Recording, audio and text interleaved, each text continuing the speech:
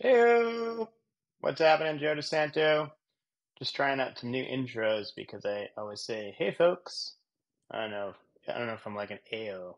Anyway, doing another video here. This is kind of a fun one. I got asked the question about suggesting as a finance person, personal finance enthusiast that I am, and finance person in overall.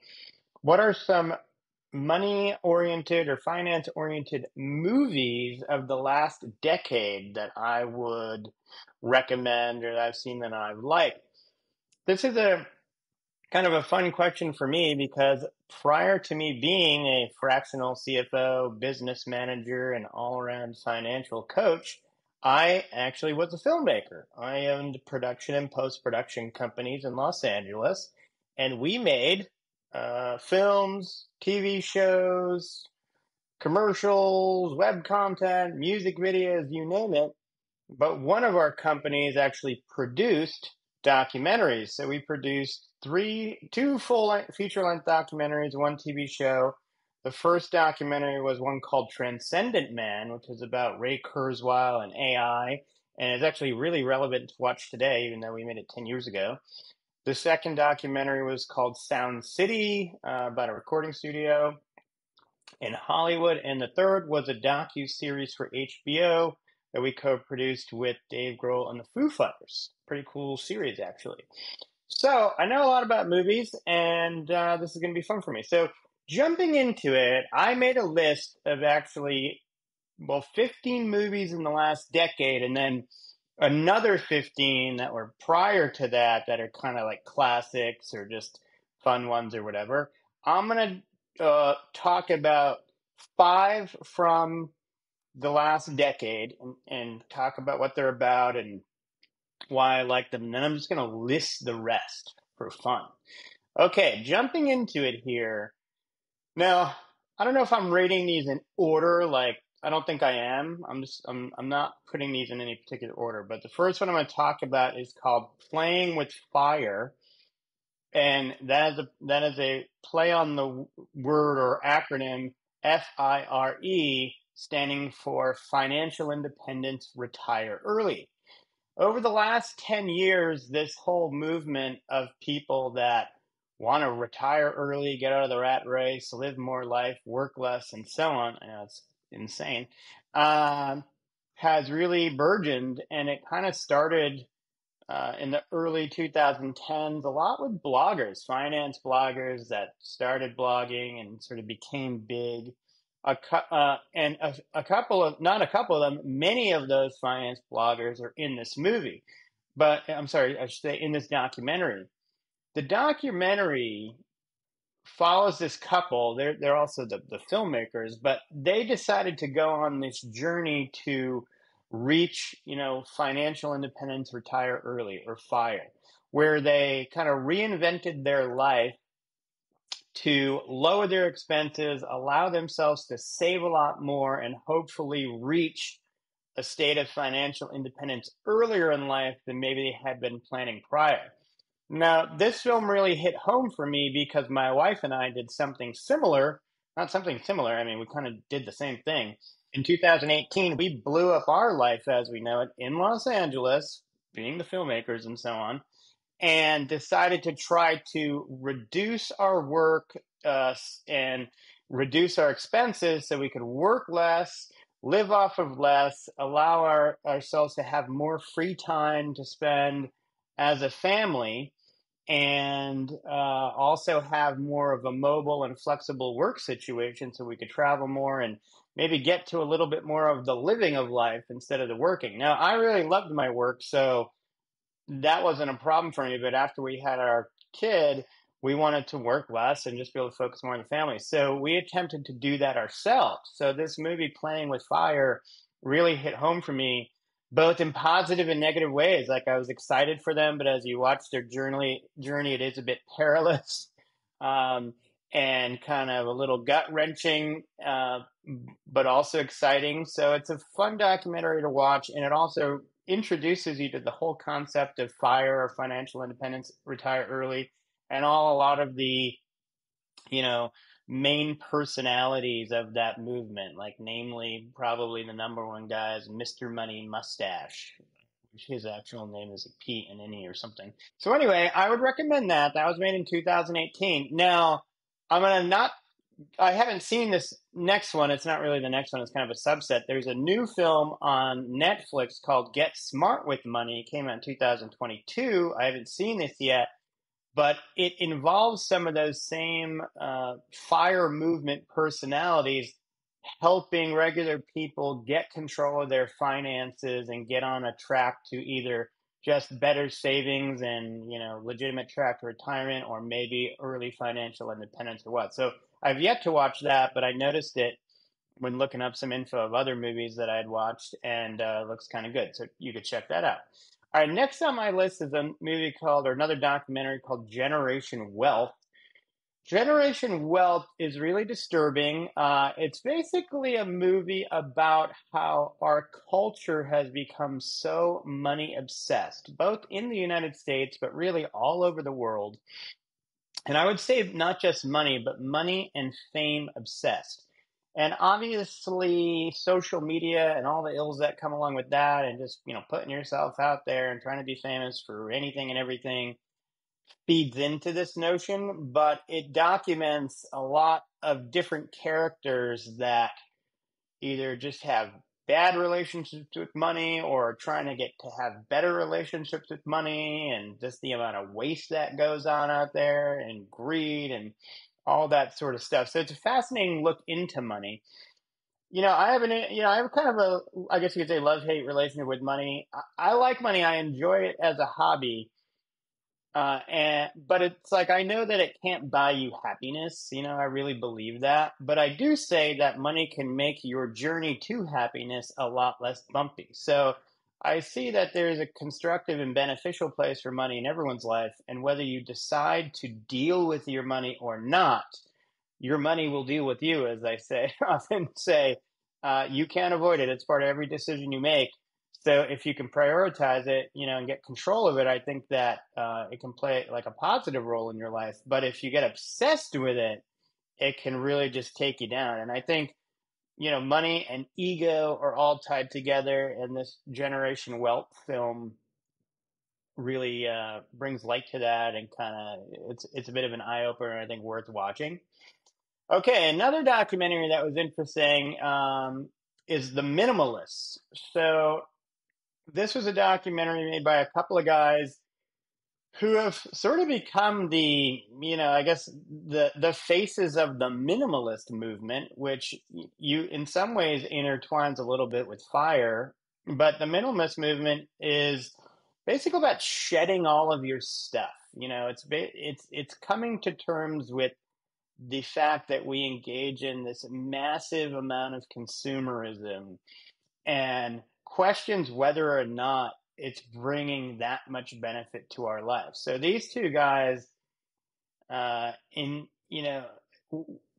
guess you would say, I don't know, I'm blanking on the word, but they are testing the theory that perhaps we could be healthier and happier if we just shed all of our stuff, down to the point where they live in these small apartments with just like a mattress on the floor and a folding chair, and that's it, and they literally, the amount of clothes they have can fit in a backpack. And they essentially wrote a book and then went on a tour for the book to spread this message of minimalism and helping people to, realize that our addiction to consumerism isn't doing us any good. It intertwines well with FIRE because a lot of the FIRE movement people are trying to reach financial independence by spending way less, saving way more, and not getting caught up in the trap of consumerism. So there's some overlap there. Though there are FIRE people that are like, I can't live on $30,000 a year, nor do I want to. I actually fall in that camp. I'm FIRE-ish, but I'm not entirely frugal, admittedly. So the minimalists, those three documentaries in combination really can open up your perspectives about money and get you thinking. Okay, gonna go on to a narrative film now. Another great finance film, narrative film based on true events is The Big Short, directed by Adam McKay. This came out in 2015. Adam McKay is an amazing comedy director. He was an SNL writer. He's definitely like a film genius and auteur. I would say I'd put him in that auteur category now because he's just put out like a series of awesome movies. Other ones are Dick, as in Dick Cheney. Other ones are Talladega Nights, Don't Look Up. Obviously, he has taken his filmmaking into a little bit of the political realm and certainly does political commentary in a comedic way. But he's a great writer and a great director. And The Big Short is essentially about the group of people in Wall Street that realized the 2008 collapse was going to happen, the mortgage crisis collapse.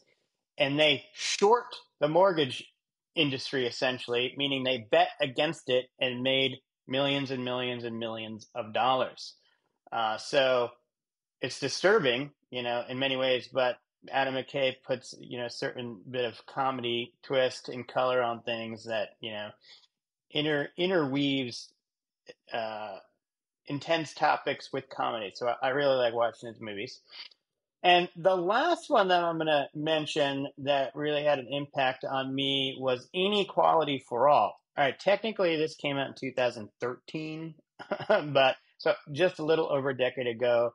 But it's a documentary where the main character is Robert Reich, the economist from the Clinton administration.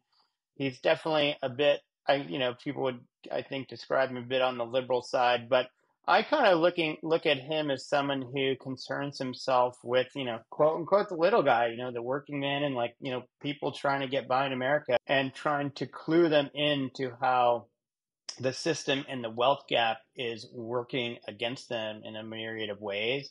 I tend to agree with that sentiment. I don't think the giant wealth gap in America is doing us any good. So I think he's a smart guy, and I like the documentary, and I would recommend watching that for sure. Okay, so those are my top 5 picks, I guess, that I wanted to describe. Now I'm just going to go list the remaining movies, and maybe I'll say a little bit about them. So I watched this funny movie, Jerry and Marge Go Large. It was made in 2022, Bryan Cranston and Annette Bening. And Bryan Cranston, I guess, is just sort of like a money or numbers savant and figures out a way to beat the lottery system. And they go buy thousands and thousands and thousands of lottery tickets and make millions of dollars. And it's a true story, apparently. Pretty fun. There's a new series on Netflix I haven't seen. It's called Money Explained series. Looked kind of good. This next one I have seen, it was a PBS documentary called Amazon Empire, The Rise and Reign of Jeff Bezos. I mean, wow, what a fascinating tale that was, and really shows you what can happen when wealth gets concentrated to such a large degree inside a corporation, and clearly points out why we do have antitrust laws, and we concern ourselves with monopolies because when companies get too big, it's not necessarily great for the consumer. So I would check that out. It's pretty crazy. There's a movie called Worth, a narrative film with Michael Keaton, which is a really crazy story about him as a lawyer trying to kind of figure out what the 9/11 survivor families should get from insurance settlements and stuff. Really confusing, sad, and interesting movie. Another comedy movie about money called The Laundromat. Another documentary called Capital in the 21st Century. That was really good. I watched that. Another interesting documentary called The China Hustle about all these fake Chinese companies going public through SPACs in America and people making gazillions, and then of course the rug falling out. Yikes, Wall Street. Margin Call came out in 2011. About the financial crisis. Too Big to Fail, another film that came out in 2011 about the financial crisis. Moneyball, I like that movie with Brad Pitt, and it's more a movie about numbers, but I like the concept that if you don't have a lot of money to spend, you can be strategic about it and come out on top or close to the top. So I just like Moneyball. It's a good movie. Let's see, Inside Job, a documentary about the financial crisis. Just God, it's like you watch these things and you hope they're not true because it's just so infuriating. Uh, okay, Wall Street Money Never Sleeps, aka Wall Street 2. Not as good as Wall Street 1, but I liked Wall Street 2. Also relate, kind of a riff on the financial crisis, directed by Oliver Stone. Movie in 2008 called 21, which is kind of a fun movie where this teacher at MIT puts together a little crack team of card readers from MIT, and he flies them out to Vegas every weekend so they can count cards and basically take one over on the casinos and also just whoop it up and have an awesome time. Until, of course, it all goes bad and blah, blah, blah. Fun movie, though. Okay, 2005 documentary, Enron, the smartest guys in the room. I mean, talk about another documentary you hope is not true, but we all know what happened to Enron, and those guys went to jail, so I'm going to guess it's true. Ocean's 11, I mean, movie about money, the big heist, classic Clooney and Brad Pitt and the gang, so, I mean, got to put it on there. Boiler Room, Giovanni Ribisi, a little cameo by Ben Affleck, Vin Diesel. Basically, it's actually the story of the same story that is The Wolf of Wall Street, which I don't have on this list because I don't know, The Wolf of Wall Street literally just makes me sick to watch. But the Wolf of Wall Street guy is the same guy that supposedly was the owner of the company selling the fake shares in Boiler Room. So Boiler Room kind of in a way was the first version of Wolf of Wall Street. But Boiler Room doesn't really talk about the owner so much. They refer to him, but it's more about the traders or the sales guys selling the stock. So there you go. Casino, I mean, if you want to do a movie about money and gambling and all that, and mobsters. I mean, you can't beat Casino. It's like one of the best movies ever. Martin Scorsese, another auteur, in my opinion. Glengarry Glen Ross, we all know that one. I mean, ABC, always be closing. You know, you can't lose if you're always closing. All right, this one's on my top 5 movies of all time. The Color of Money with Tom Cruise and Paul Newman, like, just the psychology of money and the hustle is, you can't beat The Color of Money. Okay, one of my top comedies of all time, also not exactly about money, but about real estate, is The Money Pit with Tom Hanks. I mean, go watch The Money Pit again. It's just hilarious. And if, like, to this day, I'll be talking to contractors and I'll be like, how long is it going to take? And they'll literally just say 2 weeks over and over again. It's almost like they're mocking me with quotes from The Money Pit. It's insane. All right, getting close to the end. 1985, the original Wall Street with Charlie Sheen, Michael Douglas, Gordon Gekko. Greed is good. I mean, talk about a tee-up to the Generation Wealth movie. It's like Wall Street literally started it. That's one of my top 5 movies of all time. Literally saw it in the theater in 8th grade. I was 13 years old. Actually, no, I must have been 11 years old. Yeah, Mom was driving in the movies. I'm pretty sure I was like with my girlfriend in 7th grade or so at the time. Probably had no idea what the movie was about. I was only worried if I could get my arm around my girlfriend. And last but not least, we're going to go Trading Places. This is a classic on the money movie list, but, you know, Kung Fu Grip, Eddie Murphy, Dan Aykroyd. You can't beat it. It's just comedy gold. All right, there we go. Those are my list of movies from essentially today down to 1983. 40 years of money intermixed with comedy, sadness, weirdness, what have you. Hopefully that might be one of the movies you watch this weekend. All right, enjoy. I'll talk to you later.